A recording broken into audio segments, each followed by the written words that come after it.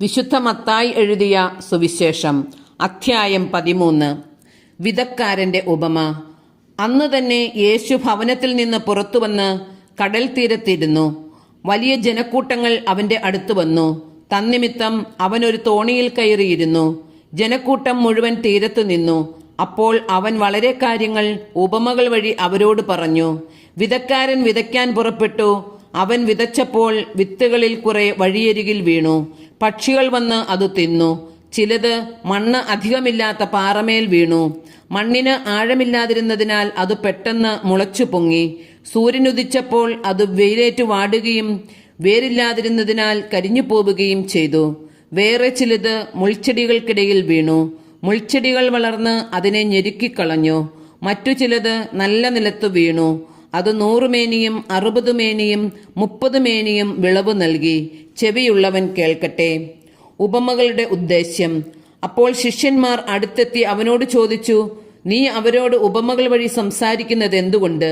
അവൻ മറുപടി പറഞ്ഞു, സ്വർഗരാജ്യത്തിന്റെ രഹസ്യങ്ങൾ അറിയാനുള്ള വരം നിങ്ങൾക്കാണ് ലഭിച്ചിരിക്കുന്നത്. അവർക്ക് അത് ലഭിച്ചിട്ടില്ല. ഉള്ളവന് നൽകപ്പെടും, അവന് സമൃദ്ധി ഉണ്ടാവുകയും ചെയ്യും. ഇല്ലാത്തവനിൽ നിന്ന് ഉള്ളതുപോലും എടുക്കപ്പെടും. അതുകൊണ്ടാണ് ഞാൻ അവരോട് ഉപമകൾ വഴി സംസാരിക്കുന്നത്. കാരണം അവർ കണ്ടിട്ടും കാണുന്നില്ല, കേട്ടിട്ടും കേൾക്കുന്നില്ല, ഗ്രഹിക്കുന്നുമില്ല. യേശയ്യായുടെ പ്രവചനം അവരിൽ പൂർത്തിയായിരിക്കുന്നു. നിങ്ങൾ തീർച്ചയായും കേൾക്കും, എന്നാൽ മനസ്സിലാക്കുകയില്ല.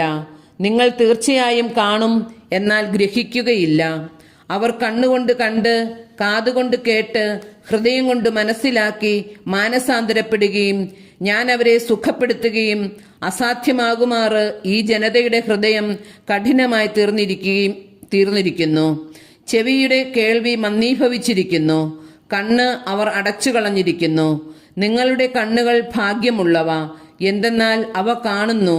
നിങ്ങളുടെ കാതുകൾ ഭാഗ്യമുള്ളവ, എന്തെന്നാൽ അവ കേൾക്കുന്നു. സത്യമായി ഞാൻ നിങ്ങളോട് പറയുന്നു, അനേകം പ്രവാചകന്മാരും നീതിമാന്മാരും നിങ്ങൾ കാണുന്നവ കാണാൻ ആഗ്രഹിച്ചു, എങ്കിലും കണ്ടില്ല. നിങ്ങൾ കേൾക്കുന്നവ കേൾക്കാൻ ആഗ്രഹിച്ചു, എങ്കിലും കേട്ടില്ല. വിതക്കാരന്റെ ഉപമ വിശദീകരിക്കുന്നു. അതിനാൽ വിതക്കാരന്റെ ഉപമ നിങ്ങൾ കേട്ടുകൊള്ളുവിൻ. രാജ്യത്തിന്റെ വചനം കേട്ടിട്ട് മനസ്സിലാകാതിരിക്കുന്നവനിൽ നിന്ന് അവന്റെ ഹൃദയത്തിൽ വിതയ്ക്കപ്പെട്ടത് ദുഷ്ടൻ വന്ന് അപഹരിക്കുന്നു. ഇതാണ് വഴിയരികിൽ വീണ വിത്ത്. വചനം കേട്ടിട്ട് ഉടനെ സസന്തോഷം സ്വീകരിക്കുകയും തന്നിൽ വേരില്ലാത്തതിനാൽ അല്പനേരം മാത്രം നിലനിന്നിട്ട് വചനത്തെ പ്രതി ക്ലേശവും പീഡയും ഉണ്ടാകുമ്പോൾ തൽക്ഷണം വീണുപോവുകയും ചെയ്യുന്നവനാണ് പാറമേൽ വീണ വിത്ത്. ഒരുവൻ വചനം ശ്രവിക്കുന്നു, എന്നാൽ ലൗകിക വ്യഗ്രതയും ധനത്തിന്റെ ആകർഷണവും വചനത്തെ ഞെരുക്കുകയും അത് ഫലശൂന്യമാവുകയും ചെയ്യുന്നു. ഇവനാണ് മുള്ളുകളുടെ ഇടയിൽ വീണ വിത്ത്. വചനം കേട്ട് ഗ്രഹിക്കുന്നവനാണ് നല്ല നിലത്ത് വീണ വിത്ത്. അവൻ 100 മേനിയും 60 മേനിയും 30 മേനിയും ഫലം പുറപ്പെടുവിക്കുന്നു.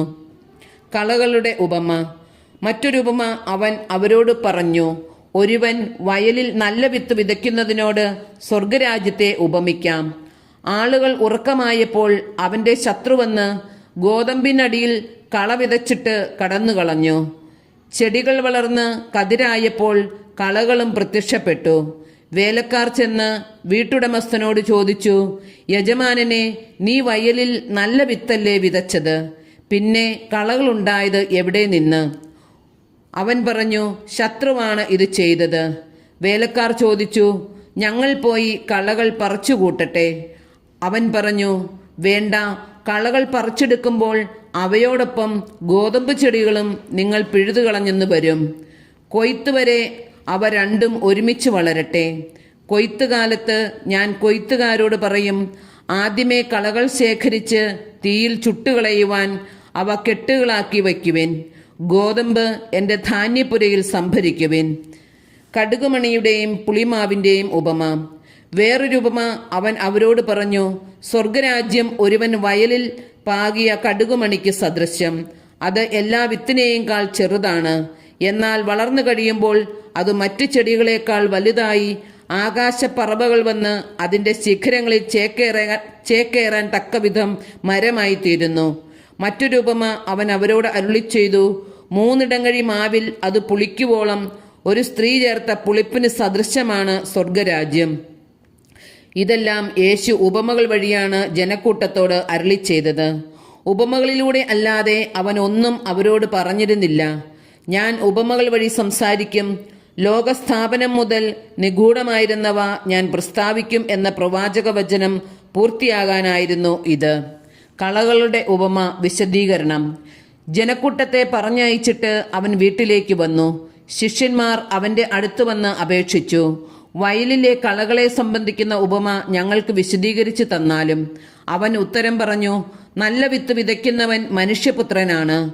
വയൽ ലോകവും നല്ല വിത്ത് രാജ്യത്തിന്റെ പുത്രന്മാരും കളകൾ ദുഷ്ടന്റെ പുത്രന്മാരുമാണ്. അവ വിതച്ച ശത്രു പിശാചാണ്. കൊയ്ത്ത് യുഗാന്തമാണ്. കൊയ്ത്തുകാർ ദൈവദൂതന്മാരും. കളകൾ ശേഖരിച്ച് അഗ്നിക്കിരയാക്കുന്നത് എങ്ങനെയോ അങ്ങനെ തന്നെ യുഗാന്തത്തിലും സംഭവിക്കും. മനുഷ്യപുത്രൻ തന്റെ ദൂതന്മാരെ അയക്കുകയും അവർ അവന്റെ രാജ്യത്തു നിന്ന് എല്ലാ പാപഹേതുക്കളെയും തിന്മ പ്രവർത്തിക്കുന്നവരെയും ഒരുമിച്ചുകൂട്ടി അഗ്നികുണ്ഡത്തിലേക്ക് എറിയുകയും ചെയ്യും. അവിടെ വിലാപവും പല്ലുകടിയുമായിരിക്കും. അപ്പോൾ നീതിമാന്മാർ തങ്ങളുടെ പിതാവിന്റെ രാജ്യത്തിൽ സൂര്യനെ പോലെ പ്രശോഭിക്കും. ചെവിയുള്ളവൻ കേൾക്കട്ടെ. നിധിയുടെയും രത്നത്തിന്റെയും വലയുടെയും ഉപമകൾ. സ്വർഗരാജ്യം വയലിൽ ഒളിച്ചു വെച്ചിരിക്കുന്ന നിധിക്ക് തുല്യം.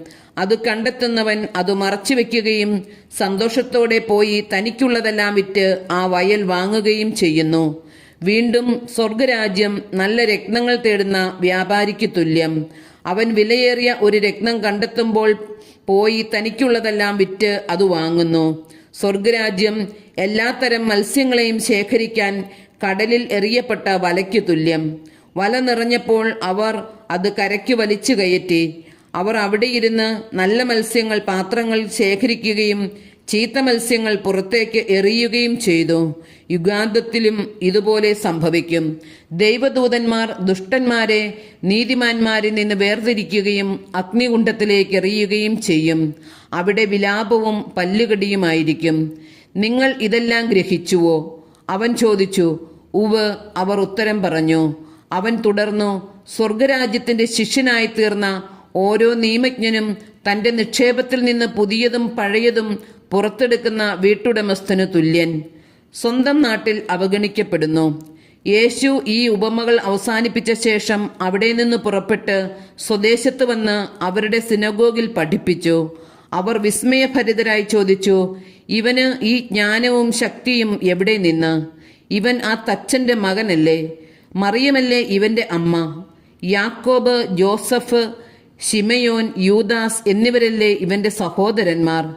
ഇവന്റെ സഹോദരിമാരെല്ലാം നമ്മുടെ കൂട്ടത്തിലുണ്ടല്ലോ. പിന്നെ ഇവന് ഇതെല്ലാം എവിടെ നിന്ന്? അവർക്ക് അവനിൽ ഇടർച്ചയുണ്ടായി. യേശു അവരോട് പറഞ്ഞു, പ്രവാചകൻ സ്വദേശത്തും സ്വഭവനത്തിലുമല്ലാതെ മറ്റെങ്ങും അവമതിക്കപ്പെടുന്നില്ല. അവരുടെ വിശ്വാസം നിമിത്തം അവൻ അവിടെ അധികം അത്ഭുതങ്ങൾ പ്രവർത്തിച്ചില്ല.